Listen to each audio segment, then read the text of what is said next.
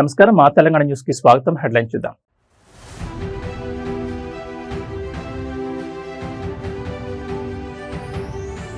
ఇరవై 24 గంటలు నా మదిలో అదే ఆలోచన. గోదావరి డెల్టా వరి సాగుపై సీఎం చంద్రబాబు ఆందోళన.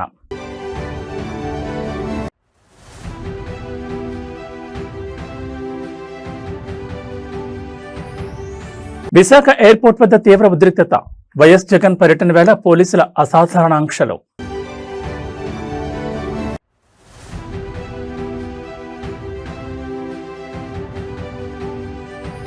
ఢిల్లీలో సీఎం రేవంత్ రెడ్డి స్పీడ్. కేంద్ర మంత్రి నితిన్ గడ్కరీతో హైవే ప్రాజెక్టులపై కీలక భేటీ.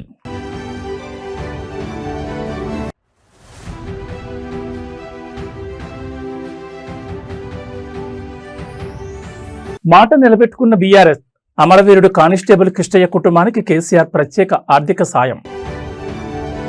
ఇక డీటెయిల్స్ చూస్తే ఆంధ్ర అన్నపూర్ణగా పేరొందిన ఉమ్మడి గోదావరి జిల్లాల గుండెకాయ లాంటి వరి సాగు భవిష్యత్తుపై ముఖ్యమంత్రి చంద్రబాబు నాయుడు అత్యంత కీలకమైన ఆలోచింపజేసే వ్యాఖ్యలు చేశారు. ఎప్పుడు ఆలోచించినా 24 గంటలు నా మదిలో అదే ఆలోచన తిరుగుతోందంటూ గోదావరి డెల్టాలో వరి పంటకు రాను రాను మార్కెట్లో డిమాండ్ తగ్గిపోతున్న ఉదంతాన్ని ఆయన ప్రస్తావించారు. ఇక్కడ పండే వరికి ధాన్యానికి భవిష్యత్తులో ఆశించిన స్థాయిలో ధర లభించని భయాందోళన కన్న పరిస్థితులు వస్తున్నాయని సీఎం ఓపెన్ గా స్టేట్మెంట్ ఇచ్చారు. ఆంధ్రప్రదేశ్లో అత్యధికంగా వరి పండించే ఉమ్మడి గోదావరి జిల్లాల వ్యవసాయ ఆర్థిక వ్యవస్థపై ప్రభుత్వం ప్రత్యేక దృష్టి సారించింది. మార్కెట్ అవసరాలకు మించి వరి ఉత్పత్తి కావడం, అంతర్జాతీయంగా డిమాండ్ సూచీలు మారడం వల్ల భవిష్యత్తులో ధాన్యానికి గిట్టుబాటు ధర కల్పించడం ప్రభుత్వాలకు సవాలుగా మారనుందని సీఎం అభిప్రాయపడ్డారు. ఇదే విషయమై తాను నిరంతరం మేధోమదనం చేస్తున్నానని, కేవలం సాంప్రదాయ వరిపైనే ఆధారపడితే రైతాంగం సంక్షోభంలో పడే ప్రమాదం ఉందని హెచ్చరించారు. పగలు రాత్రి అనక పొలాల్లో చెమటోడ్చి క్షేత్రస్థాయిలో నాణ్యమైన ధాన్యం పండించడానికి గోదావరి రైతులు పడ్డ కష్టాన్ని, మార్కెట్ శక్తులు మరియు మారుతున్న డిమాండ్లు దెబ్బతీయకుండా ఉండాలంటే వ్యవసాయ రంగాన్ని ఆధునీకరించి తప్పదని స్పష్టం చేశారు. కృష్ణా గోదావరి డెల్టాల పరిధిలో వరి సాగు విస్తీర్ణాన్ని క్రమబద్ధీకరిస్తూ అధిక ఆదాయాన్నిచ్చే పప్పు ధాన్యాలు, సిరిధాన్యాలు లేదా తోట పంటలు, ఆక్వాకల్చర్ అనుబంధ రంగాలపై రైతులను మళ్లించేలా భారీ ప్రణాళికలు సిద్ధం చేయాలని వ్యవసాయ శాఖ డైరెక్టరేట్ను ఆదేశించారు. ప్రభుత్వం ఎంత మద్దతు ధరించినా మార్కెట్లో అంతర్గత డిమాండ్ లేకపోతే ధాన్యం కొనుగోలు సంక్షోభంలో పడతాయని పచ్చి నిజాన్ని సీఎం ఈ సందర్భంగా నొక్కి చెప్పారు. ఎప్పుడు ఆలోచించినా 24 గంటలు అదే ఆలోచిస్తూ ఉంటాను. అందుకే మీరు ఒకసారి చూస్తే గోదావరి జిల్లాలో వరి పంట కూడా రాను రాను డిమాండ్ తగ్గిపోయే పరిస్థితి వచ్చింది. దానికి కారణం ఆహారపు అలవాట్లు మారిపోతున్నాయి. కార్బోహైడ్రేట్స్ తినడం లేదు. ప్రతి ఒక్కరూ ఈరోజు ప్రోటీన్ తినే పరిస్థితికి వచ్చారు. ఇక్కడ పండే వరికి, ధాన్యానికి ధర తగ్గే పరిస్థితి వస్తూ ఉంది. మనం పండించిన చేపలకు ధర పెరిగే పరిస్థితి వచ్చింది. కానీ ఈ మధ్య కాలంలో యుద్ధ ప్రభావం వల్ల కొంతవరకు ఇబ్బందులు కూడా వచ్చాయి. ఆంధ్రప్రదేశ్ రాజకీయాల్లో విశాఖపట్నం వేదికగా మరోసారి తీవ్ర ఉద్రిక్తత చోటు చేసుకుంది. వైఎస్ఆర్ కాంగ్రెస్ పార్టీ అధినేత వైఎస్ జగన్మోహన్ రెడ్డి ఉత్తరాంధ్ర పర్యటన నిమిత్తం విశాఖ వస్తుండటంతో విమానాశ్రయం పరిసరాల్లో పోలీసులు అసాధారణ రీతిలో వింత ఆంక్షలు విధించడం ఇప్పుడు పెను సంచలనంగా మారింది. తమ అధినేతకు ఘనస్వాగతం పలికేందుకు విశాఖ ఎయిర్పోర్టుకు తరలివస్తున్న వైఎస్ఆర్సీపీ ముఖ్య నేతలను, నియోజకవర్గాల ఇన్ఛార్జీలను, వేలాది మంది కార్యకర్తలను పోలీసులు ఎక్కడికక్కడ అడ్డుకుంటున్నారు. ఎయిర్పోర్ట్ పరిసర ప్రాంతాల్లో భారీగా బారికేడ్లను ఏర్పాటు చేసి వింత వింత కారణాలు చెబుతూ వాహనాలను లోపలికి అనుమతించకపోవడంపై వైసీపీ శ్రేణులు రోడ్లపైనే బైఠాయించి నిరసన వ్యక్తం చేస్తున్నాయి. విశాఖ తీర ప్రాంతంలోని మత్స్యకారుల సమస్యలపై భరోసా ఇచ్చేందుకు మరియు స్థానిక కార్యక్రమాల్లో పాల్గొనేందుకు వైఎస్ జగన్మోహన్ రెడ్డి విశాఖ పర్యటన ఖరారైంది. అయితే ఈ పర్యటన నీరుగార్చేందుకే పోలీసులు ఉద్దేశపూర్వకంగా ఆంక్షల పర్వాన్ని తెరకెక్కించారని ప్రతిపక్ష పార్టీ ఆరోపిస్తోంది. ఎయిర్పోర్ట్ లోపలికి వెళ్లే వీఐపీ పాసులు ఉన్న నేతలను సైతం భద్రతా కారణాలంటూ పోలీసులు నిలిపివేయడం గమనార్హం. ప్రతిపక్ష నేతగా ప్రజల గొంతుకను వినిపించడానికి క్షేత్రస్థాయిలో మత్స్యకారుల హక్కుల కోసం వైఎస్ జగన్ మరియు వారి శ్రేణులు పడ్డ కష్టాన్ని అణచివేయడానికి సీఎం చంద్రబాబు నాయుడు ఆదేశాలతోనే పోలీసులు ఇలాంటి వింత ఆంక్షలు విధిస్తున్నారంటూ వైసీపీ నెట్జన్లో ఎన్సీబీఎన్ హ్యాండిల్ను ట్యాగ్ చేస్తూ ఆగ్రహం వ్యక్తం చేస్తున్నారు. ఎయిర్పోర్ట్ జాతీయ రహదారి పొడవునా వందలాది మంది పోలీసులను మోహరించి సాధారణ ప్రయాణికులకు ఇబ్బంది లేకుండా చూస్తున్నామన్న నెపంతో కేవలం వైసీపీ కండువాలున్న వాహనాలను టార్గెట్ చేస్తున్నారనే విమర్శలు క్షేత్రస్థాయిలో బలంగా వినిపిస్తున్నాయి.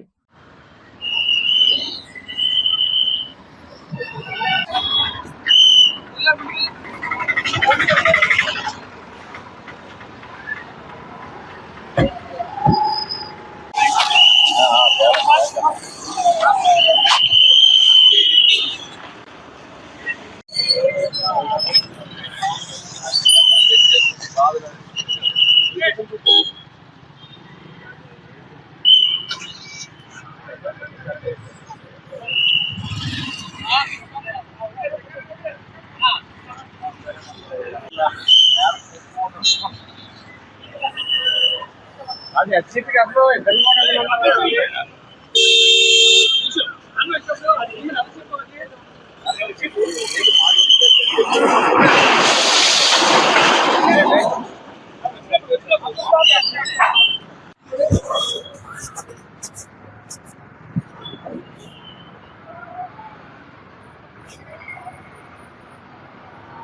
తెలంగాణ రాష్ట్ర మౌలిక సదుపాయాల కల్పన, జాతీయ రహదారుల విస్తరణ లక్ష్యంగా ముఖ్యమంత్రి రేవంత్ రెడ్డి ఢిల్లీ పర్యటనలో స్పీడ్ పెంచారు.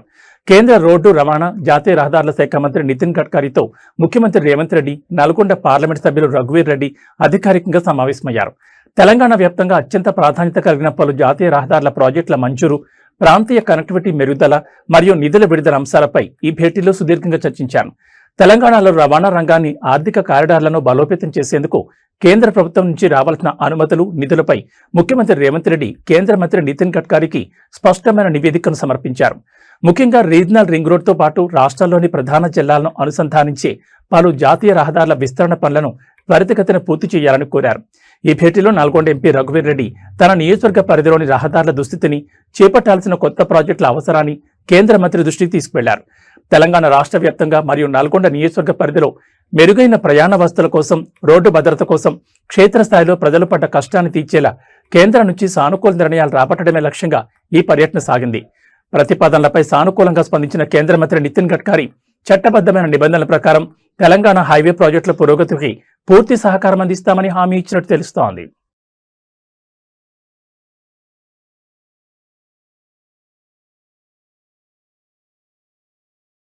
తెలంగాణ స్వరాష్ట్ర సాధన కోసం ప్రాణాలు అర్పించిన మలిదశ ఉద్యమ తొలి అమరవీరుడు కానిస్టేబుల్ కిష్టయ్య కుటుంబానికి భారత రాష్ట్ర సమితి అగ్రనాయకత్వం తాము ఇచ్చిన మాట నిలబెట్టుకుంది. కిష్టయ్య నివాసానికి వెళ్లిన బీఆర్ఎస్ వర్కింగ్ ప్రెసిడెంట్ కేటీఆర్ ఆయన కుటుంబ సభ్యులను పరామర్శించి ధైర్యం చెప్పారు.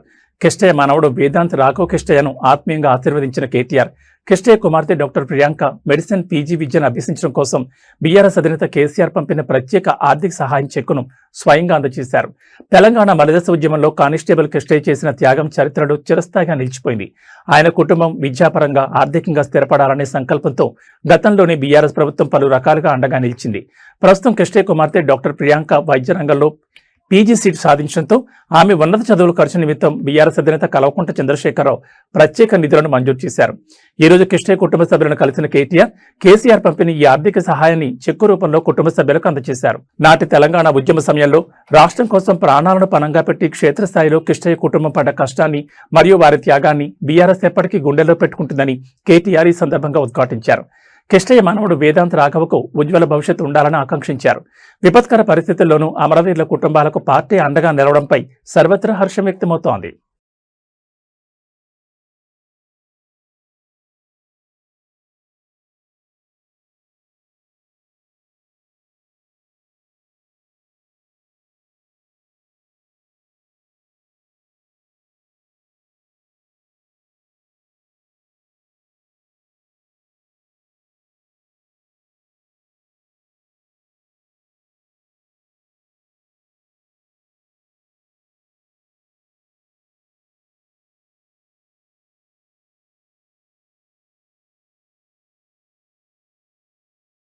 హైదరాబాద్ మహానగర కీర్తి కిరీటంలో మరో అంతర్జాతీయ స్పోర్ట్స్ మైలురాయి చేరింది.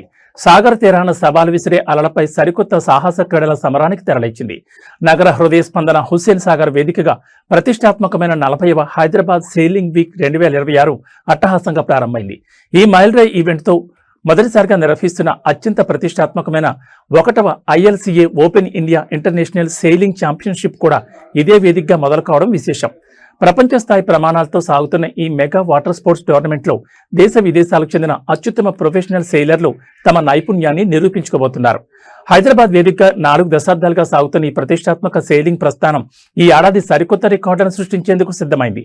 అటు ఇండియన్ నేవీ, ఆర్మీ, యాటింగ్ అడ్మినిస్ట్రేషన్లతో పాటు ఇంటర్నేషనల్ లేజర్ క్లాస్ అసోసియేషన్ సహకారంతో ఈ ఛాంపియన్షిప్ రూపుదిద్దుకుంది.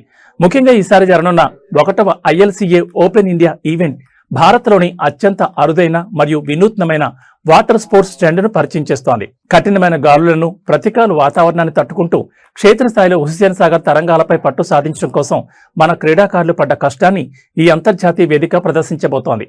అంతర్జాతీయ స్థాయిలో నగర ప్రతిష్టను పెంచేలా ఈ ఈవెంట్కు సంబంధించిన అన్ని ట్రాఫిక్ ల్యాండ్మార్క్, మెడికల్ విజిలెన్స్ బృందాలను, రెస్క్యూ యూనిట్లతో సహా లేక్ పెరిఫెరల్ జోన్లో మోహరించారు. హుస్సేన్ సాగర్లోని అలల వేగం, వాహనాల కదలికల ఆధారంగా ఈ అంతర్జాతీయ పోటీలు అత్యంత రసవత్తరంగా సాగనున్నాయని నిర్వాహకులు వెల్లడించారు.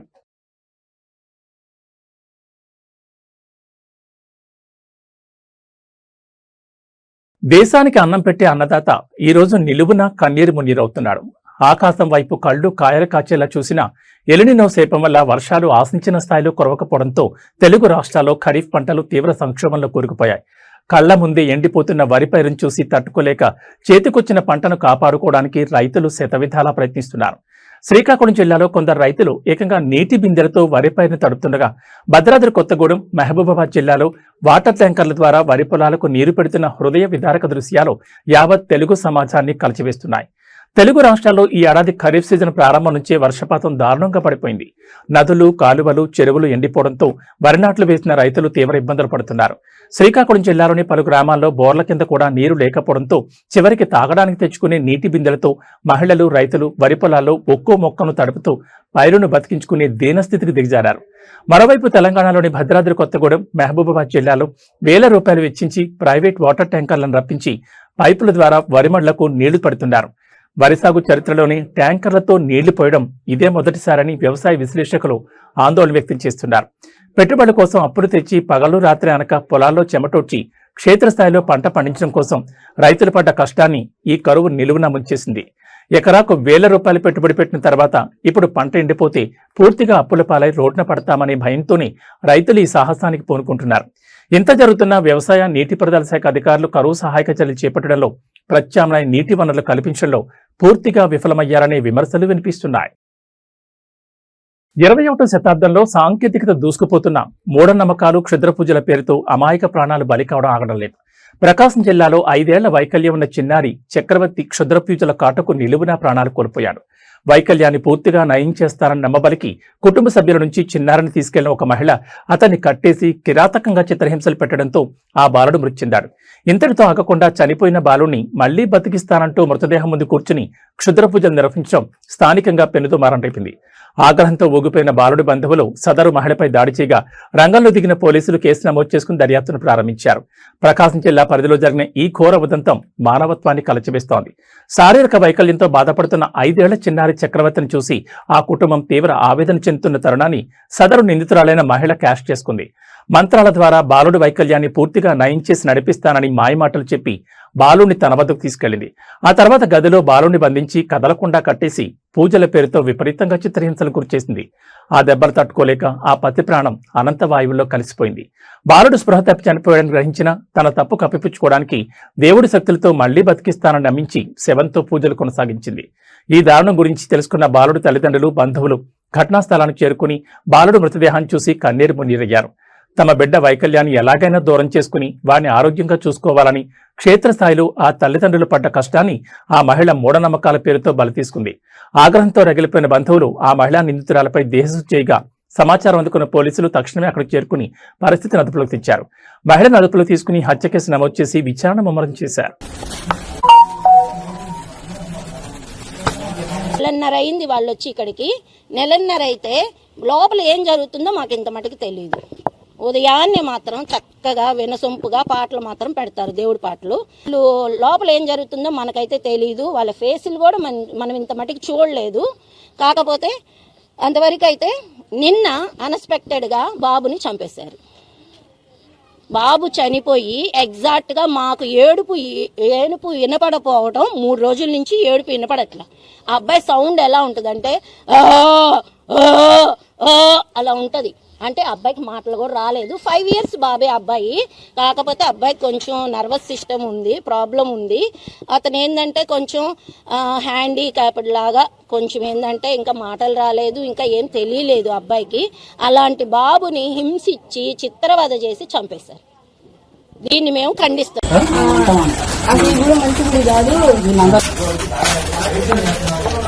శాంతి భద్రతలకు కట్టుబడి ఉంటామని, అవినీతి అక్రమాలను సహించేది లేదని చెప్తున్న సర్కార్ ముందే అధికార పార్టీకి చెందిన కీలక నేతలు చట్టాన్ని ఎలా చుట్టేస్తున్నారో చూపే షాకింగ్ నివేదిక ములుగు జిల్లా నుంచి వెలుగు చూసింది. ములుగు నియోజకవర్గంలో మంత్రి సీతక్క ప్రధాన అనుచరుల నీడలో పేకాట క్లబ్బులు, జోదగృహాల దందా జోరుగా సాగుతోంది.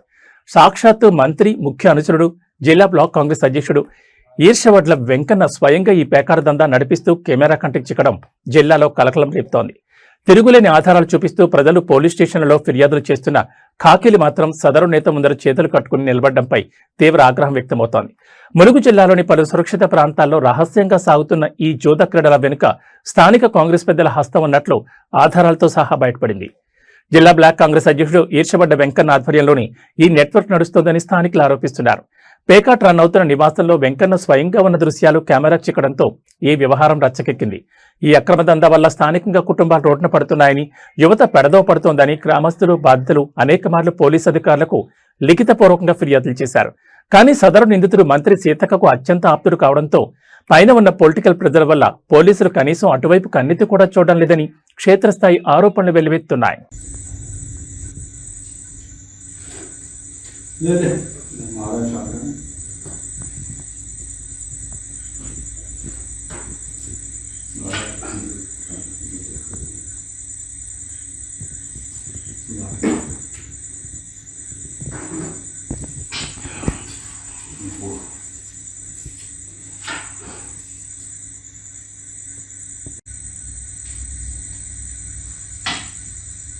టచ్చలేదమ్మా, బండ టచ్ రెండు ఇప్పుడు ఆ ఆశ కూడా అభివృద్ధి తల్లి ఆ ఇతర కుటుంబ సభ్యులను కూడా బోధిస్తుంటే ఆ స్థానిక గిరిజన ప్రజానీకం అందరూ కూడా కన్నీళ్ళు పెట్టుకుంటారు.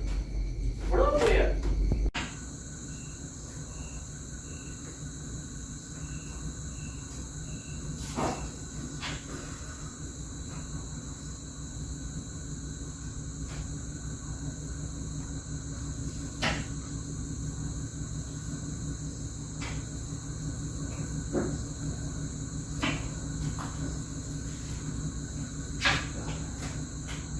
హైదరాబాద్ మహానగరంలో అత్యంత రద్దీగా ఉండే షాపింగ్ మాల్స్ లో భద్రత ఎంత డొల్లగా ఉందో చాటి చెప్పే సంచలన ఉదంతం ఒకటి వెలుగు చూసింది. కూకట్పల్లి కేపీహెచ్పీ పరిధిలోని ప్రముఖ లుల్లు మాల్లో తుపాకీ కలకలం రేగింది. మాల్ పార్కింగ్ స్థలంలో రెండు కుటుంబాల మధ్య ఒక్కసారిగా ఘర్షణ చోటు చేసుకుంది. సమాచారం అందుకున్న పోలీసులు అక్కడికి చేరుకుని ఇరు వర్గాలకు నచ్చజెప్తున్న క్రమంలో పాత బస్తీకి చెందిన సిద్దికి అనే వ్యక్తి జేబులో లోడ్ చేసిన తుపాకీ ఉండడం చూసి ఖాకీలు సైతం అవాక్కయ్యారు. అయితే ఈ గన్కు లైసెన్స్ ఉన్నట్లు తేలినప్పటికీ అసలు అంత పెద్ద మాల్లోకి తుపాకీ ఎలా వచ్చిందనే అంశంపై పోలీసులు లుల్లు మాల్ యాజమాన్యంపైనే క్రిమినల్ కేసు నమోదు చేశారు. కేపీహెచ్బీలోని లుల్లు మాల్ పార్కింగ్ ఏరియాలో వాహనాల నిలిపివేత లేదా వ్యక్తిగత కారణాలతో రెండు కుటుంబాల మధ్య తీవ్రస్థాయిలో వాగ్వాదం జరిగింది. గొడవ పెద్దది కావడంతో మాల్ సెక్యూరిటీ మరియు స్థానిక పోలీసులు రంగంలోకి దిగి ఇరుపక్షాలను శాంతింపజేసే ప్రయత్నం చేశారు. ఆ సమయంలో అక్కడే ఉన్న పాత బస్తీకి చెందిన సిద్దికి కదలికలపై అనుమానం వచ్చిన పోలీసులు తనిఖీ చేయగా అతని జేబులో గన్ ప్రత్యక్షమైంది. దీంతో ఒక్కసారిగా మాల్లోని కస్టమర్లు భయాందోళనకు గురయ్యారు. పోలీసులు ఆ గన్ను స్వాధీనం చేసుకుని వెరిఫై చేయగా దానికి లీగల్ లైసెన్స్ ఉన్నట్లు అధికారులు గుర్తించారు. నగరంలో వీకెండ్స్ లేదా సెలవు రోజుల్లో కుటుంబాలతో కలిసి ప్రశాంతంగా గడపడానికి, షాపింగ్ చేసుకోవడానికి క్షేత్రస్థాయిలో ప్రజలు పడ్డ కష్టాన్ని మరియు వారి ప్రాణాల భద్రతను లుల్లు మాల్ సెక్యూరిటీ సిబ్బంది ఎంత నిర్లక్ష్యం చేశారో ఈ ఘటన నిరూపించింది. వందలాది మంది తిరిగే మాల్లోకి మెటల్ డిటెక్టర్లు, స్కానర్లు దాటుకుని అంత పెద్ద గన్ లోపలికి ఎలా వచ్చిందని కేపీహెచ్బీ పోలీసులు తీవ్ర ఆగ్రహం వ్యక్తం చేశారు. సరైన తనిఖీలు నిర్వహించకుండా పబ్లిక్ సేఫ్టీని గాదిలకు వదిలేసి మాల్లోకి గన్తో అనుమతించినందుకు గాను లుల్లు మాల్ యాజమాన్యంపై పోలీసులు అధికారికంగా కేసు నమోదు చేసి దర్యాప్తును ముమ్మరం చేశారు.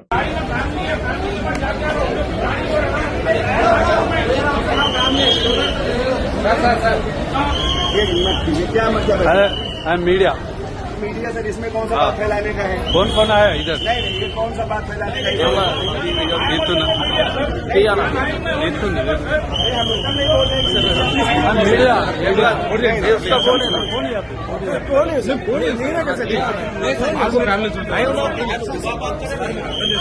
టాలీవుడ్ మరియు Kollywood luck charm work style actress Shruti Haasan సరికొత్త ఇంటి గృహ ప్రవేశం చేశారు. బాలీవుడ్ తో పాటు ముంబై లైఫ్ స్టైల్ కు అలవాటు పడి అక్కడే సొంత ఇల్లు కలిగి ఉన్న శృతి ఇప్పుడు సౌత్ ఇండియాలో ముఖ్యంగా తన సొంత ఊరు చెన్నైలో సరికొత్త నివాసంలో అడుగుపెట్టారు. తన కుటుంబ సభ్యులకు ఫ్యాన్స్ కు ఎల్లప్పుడూ అందుబాటులో ఉండాలనే ఉద్దేశంతో ఆమె చెన్నైలో ఈ లగ్జరీ హోమ్ తీసుకున్నట్టు తెలుస్తోంది.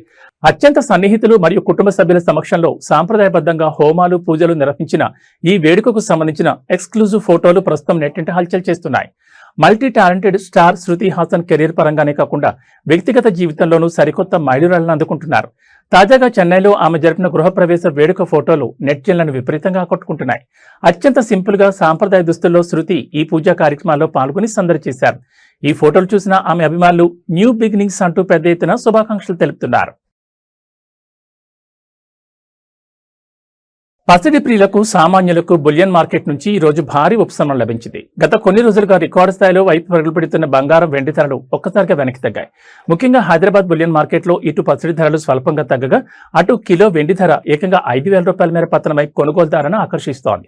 అంతర్జాతీయ మార్కెట్లో చోటు చేసుకున్న పరిణామాలు, స్థానిక డిమాండ్లో మార్పుల వల్లే ఈ ధరల తగ్గుదల నమోదైనట్లు నిపుణులు విశ్లేషిస్తున్నారు.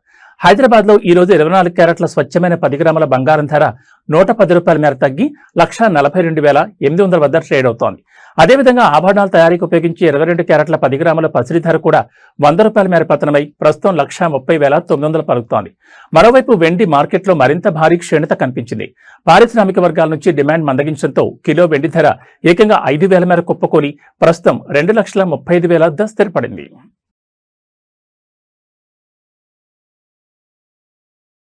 ఇక వాతావరణ విషయానికి వస్తే తెలుగు రాష్ట్రాల్లో వాతావరణం అత్యంత విచిత్రంగా మారిపోయింది. కుండపోత వర్షాలతో వాగులు వంకలు పొంగి పొర్లాల్సిన జూలై మాసంలో భానుడు మే నెలను తలపించేలా నిప్పులు చెరుగుతున్నాడు.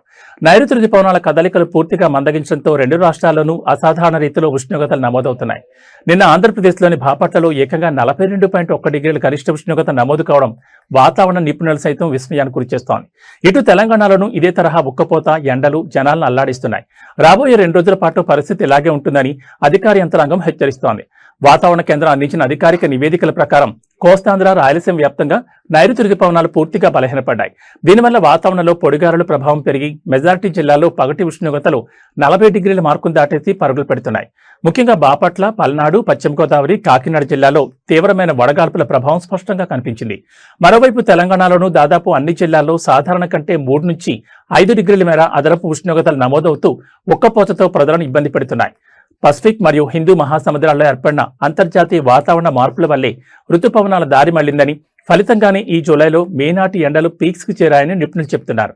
ఈ రోజు రేపు కూడా ఇదే పరిస్థితి కొనసాగే అవకాశం ఉన్నందున ప్రజలు తగిన జాగ్రత్తలు తీసుకోవాలని విపత్తు నిర్వహణ శాఖ సూచించింది. వర్షాకాలంలో వస్తున్న ఈ అకాల ఎండల పట్ల ప్రజలంతా అప్రమత్తంగా ఉండాలి. ముఖ్యంగా రైతాంగం వాతావరణ సూచనలను గమనిస్తూ తమ వ్యవసాయ పనులను ప్రణాళికాబద్ధంగా మార్చుకోవాల్సిన అవసరం ఎంతైనా ఉంది. ఇవి ఈ బులెటిన్ విశేషాలు. నమస్కారం.